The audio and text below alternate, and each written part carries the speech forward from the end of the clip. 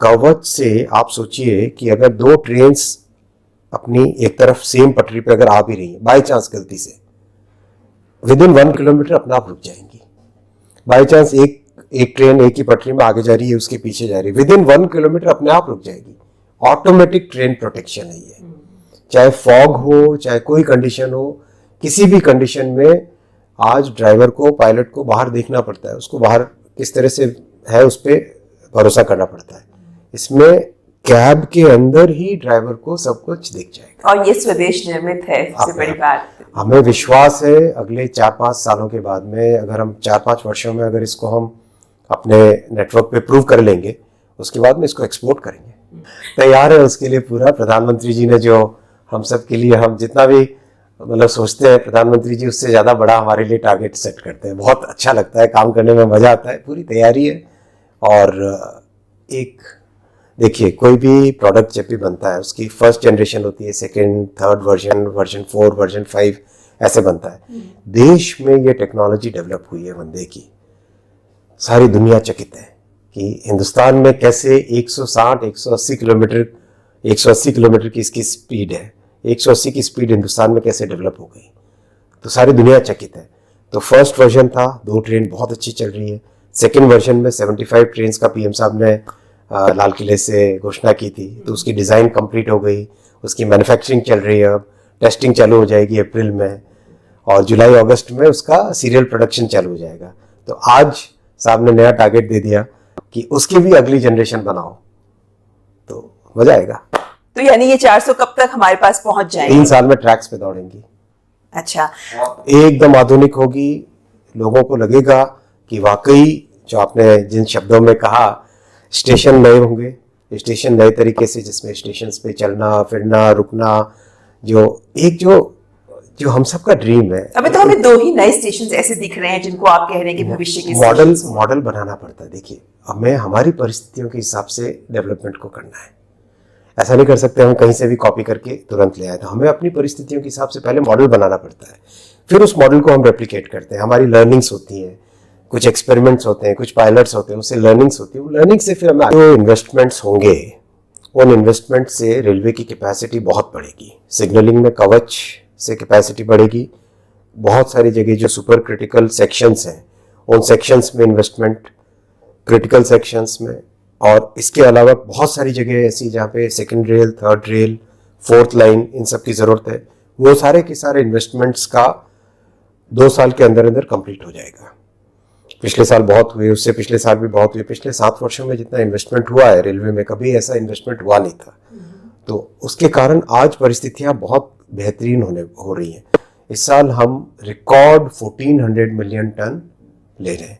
देश का 4500 million ton का टोटल कार्गो होता है, 1400 पे पहुंच गए। अगले साल का टारगेट लिया 1470 मिलियन टन, 1470। उसको ले जाना है 2000 से ऊपर ले जाना है अगले 3-4 वर्षों में। तो फिर जो आप कह रहे हैं 45% होनी चाहिए, उसी दिशा। शक्ति फ्रेमवर्क एक बहुत ही दूरस्थ सोच जो होती है ना, जो अच्छा विजन होता है, एक विजनरी लीडर का होता है, वो है। तो पीएम साहब ने ये जो विजन दिया, सारे के सारे जितने भी हमारे इंफ्रास्ट्रक्चर है उन सबको इंटीग्रेट करने का विजन है। तो इस विजन में हम लोग, रेलवे का बहुत महत्वपूर्ण भूमिका रहेगी। इसमें कई तरीके से महत्वपूर्ण रहेगी।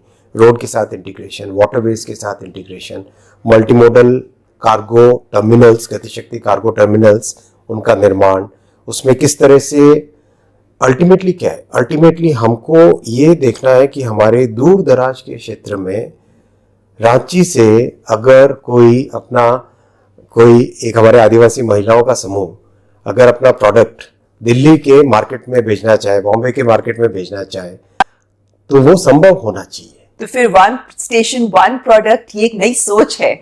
इसमें भी कह सकते हैं, क्योंकि एमएसएमईज को भी जोड़ा जाएगा इससे, किसानों को जोड़ा जाएगा इससे, ये भी एक गेम चेंजर हो सकता है लोगों के लिए। बिल्कुल होगा। एमएसएमईज को जोड़ा जाएगा, लोकल ट्रेडिशनल प्रोडक्ट्स को जोड़ा जाएगा, स्वयंसेवी समूहों को जोड़ा जाएगा, महिलाओं के समूह हो, मिशन शक्ति, इन सब को जोड़ा जाएगा। 7 साल पहले इलेक्ट्रॉनिक्स मैन्युफैक्चरिंग इंडिया में होगी ऐसा सोचा नहीं जाता था। आज इलेक्ट्रॉनिक्स मैन्युफैक्चरिंग इंडिया में किस लेवल पे पहुंच गई है? $75 बिलियन, यानी करीब करीब 5.5 लाख करोड़। 5.5 लाख करोड़ की इलेक्ट्रॉनिक्स मैन्युफैक्चरिंग, जिसमें करीब करीब 22 लाख एम्प्लॉयमेंट है। 22 लाख एम्प्लॉयमेंट है। वो पिछले 7 सालों में, 7 वर्षों में ये संभव हुआ है। अब इस लेवल से आगे ले जाना है, $300 बिलियन यानी 22.5 लाख करोड़ तक पहुंचाना है इस इंडस्ट्री को अगले 5 वर्षों में। तो आज बजट में इसकी घोषणा हुई। मैं माननीय वित्त मंत्री जी को धन्यवाद देना चाहता हूं। उन्होंने इलेक्ट्रॉनिक प्रोडक्शन के, मैन्युफैक्चरिंग के जो कंपोनेंट्स है उसके ऊपर कस्टम ड्यूटी में बहुत अच्छे चेंजेस किए हैं, प्लस PLI स्कीम के लिए जो एलोकेशंस चाहिए वो किए हैं, और जो बेसिक फीड होता है इलेक्ट्रॉनिक्स मैन्युफैक्चरिंग के लिए सेमीकंडक्टर का, दिसंबर में स्कीम अप्रूव की थी माननीय प्रधानमंत्री जी ने। अब उसको हम इसी वर्ष में इम्प्लीमेंट करेंगे और अच्छा रिस्पांस आ रहा है, और साथ ही साथ 85,000 सेमीकंडक्टर इंजीनियर्स तैयार किए। लगता है अगले साल हमारा टारगेट है 97%, 96% तक ऑपरेटिंग रेशियो को ले आएंगे। फिर उसी मोमेंटम को आगे बनाए रखना। देखिए, इस बजट का सबसे महत्वपूर्ण जो मुद्दा है रेलवे के लिए, आवंटन बढ़ा है, कैपिटल इन्वेस्टमेंट बढ़ेगा। जो रेलवे की सबसे बड़ी समस्या क्या थी, रेलवे में टेक्नोलॉजी को, नई टेक्नोलॉजी को यूज करने के मॉडल्स नहीं बन पाए थे। छोटे व्यापारी के लिए, छोटे किसान के लिए, उनके लिए मॉडल्स नहीं बन पाए थे। एक बल्क के लिए बहुत अच्छा था रेलवे कि भाई आयरन ओर लेके चले गए, कोल लेके चले गए, वो सब ठीक है वहां पे। एक छोटे इंडस्ट्री के लिए, छोटे किसान के लिए, छोटे व्यापारी के लिए रेलवे का जो एक बहुत बड़ा सेगमेंट है, छोटा सेगमेंट नहीं है, बहुत विशाल सेगमेंट है, उस सेगमेंट के लिए कोई प्रोडक्ट नहीं था। Postal network, 1.5 lakh post offices देश भर में, उनके साथ कैसे रेलवे को इंटीग्रेट किया जाए, पैसेंजर्स का एक्सपीरियंस कैसे चेंज हो, किस तरह से नई ट्रेन्स आए, किस तरह से स्टेशन नए बने, किस तरह से सेफ्टी के ऊपर जो सबसे महत्वपूर्ण पॉइंट है, सेफ्टी के लिए जो लेटेस्ट टेक्नोलॉजी वो कैसे लगे।